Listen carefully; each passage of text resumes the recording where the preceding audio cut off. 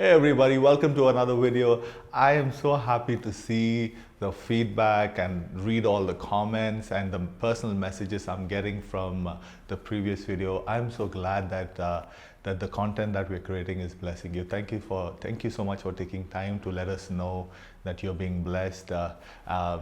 Having said that, let me welcome you to a brand new video. We're doing a series on relationships. I want to title it What Not to Do in Relationships.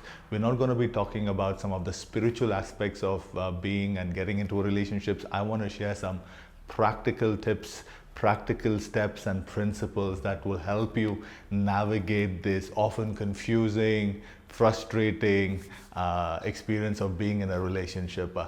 So in the previous video, I spoke about why you should not marry a person or get into a relationship purely based on their gift and their outward and exterior grace on their life. In this one, I want to talk to you about something very simple, very basic, but one I believe if you will be honest with yourself and will answer this honestly, it'll give you a lot of perspective. Before you get into a relationship, before you consider someone for marriage, before you consider dating somebody, I want you to ask yourself this question. Why do I want to get into a relationship? Why do I want to be in this relationship with this person? If you are going to be honest about this, the answer to your question will reveal to you what your expectations are from this relationship, what your expectations are from this person. And as simple as that may sound, that is very, very, very important. Because expectations will decide what you want from that person, what you want from this relationship. And if your expectations are met, you often are going to be happy and satisfied and joyful. And if your expectations are not met, you're going to be disappointed and sad. And you may even come to a place saying, God, why did I even get into this relationship? So it's very important that you are aware of your expectations before you get into a relationship. And in an ideal world, we want to believe that everybody gets into a relationship, everybody gets into a marriage for the same reason. And history will show us, experience will tell us that it's not true at all. Because two people don't always have the same expectations from a relationship. So understanding what you want from a marriage, what you want from a relationship will help you communicate these expectations with the person that you want to be with. Hence, giving the opportunity for conversation, giving the opportunity for discussion, giving the relationship and the person opportunity for calibration. You know, these days, there's just so much of pressure on young people to be in a relationship, to be in a certain status in their relationship. And I feel a lot of this pressure is just societal. It is not godly. It is not from heaven. You know, I don't understand why a 12, 13-year-old girl or a 12, 13-year-old boy must be in a relationship to be perceived a certain way in their school. It's not right, but yet we have such young people. Almost, I mean, it wouldn't be scary to call them children, getting into a relationship only because it kind of gives them a sense of value, kind of gives them a sense of worthiness, because everybody around them in their clique, all of their friends seems to be pursuing relationship, and for them not to be in one seems like it's odd.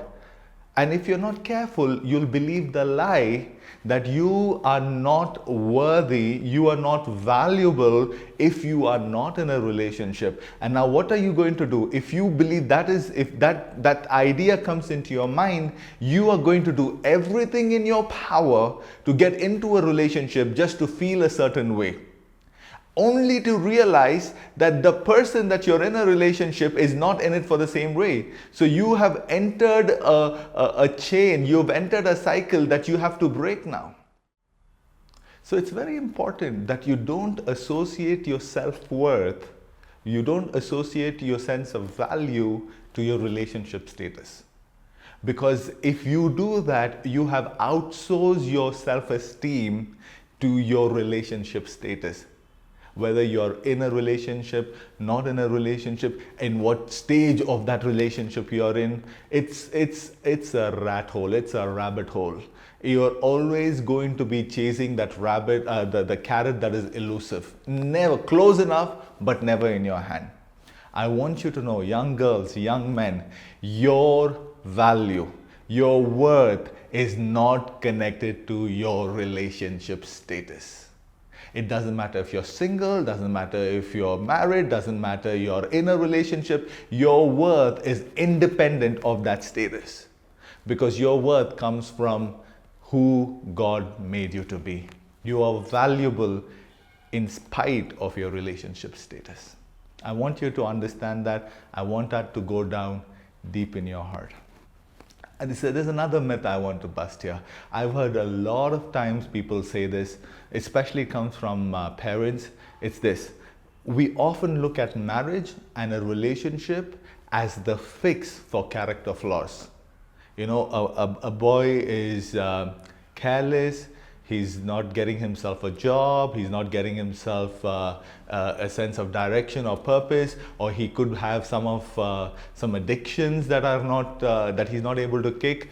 Somehow in their mind they think getting into a relationship, or more scarily getting into a marriage, is the cure for that character flaw. Nothing can be far from the truth. If a man, if a woman will not fix it before marriage, he's not going to fix it after marriage. He may have temporary seasons of freedom, but if it is not addressed before marriage, 8 out of 10 times it's gonna have a relapse. I want you to understand this. If you get into a relationship and you want to get into a marriage because you want to become a better person because of that marriage, it's gonna be a very, very thin, delicate ice. I also want to say this. Yes, there are stories where marriages have transformed people. Yes, there are stories where getting into the right relationship has helped a person become a better person.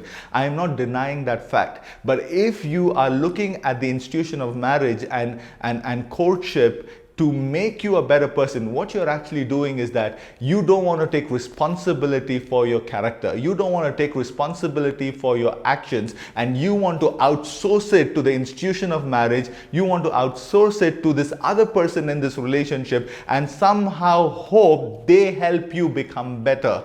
And that is a very, very slippery slope, because if the person is not successful in helping you get over the addiction or getting over that character flaw, you are going to say, well, this marriage is not helping me. You're going to just blame the other person, blame the marriage.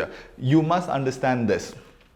If you decide to get married to a person, if you decide to get into a relationship, that person deserves the best version of you, which means before you get into the covenant of marriage, you must work with God and deal with some of the things that you know you must deal with. So that's important. Don't get into a relationship with the expectation the marriage is going to help me fix all my character issues. It's a slippery slope.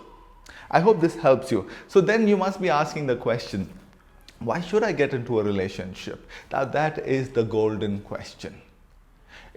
When marriage done right, when you get into a relationship with the right motives and the right reasons, under the guidance of God's Spirit, you will realize that marriage is the most fulfilling experience you can have on this planet.